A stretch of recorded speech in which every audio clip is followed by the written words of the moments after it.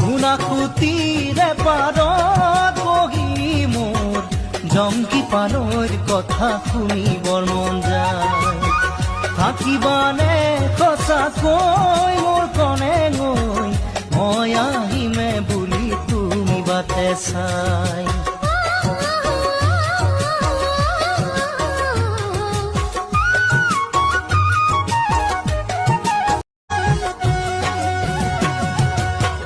ঘুণাকুতিৰে পাৰত বহি মোৰ জংকি পানৈৰ কথা শুনিবৰ মন যায়।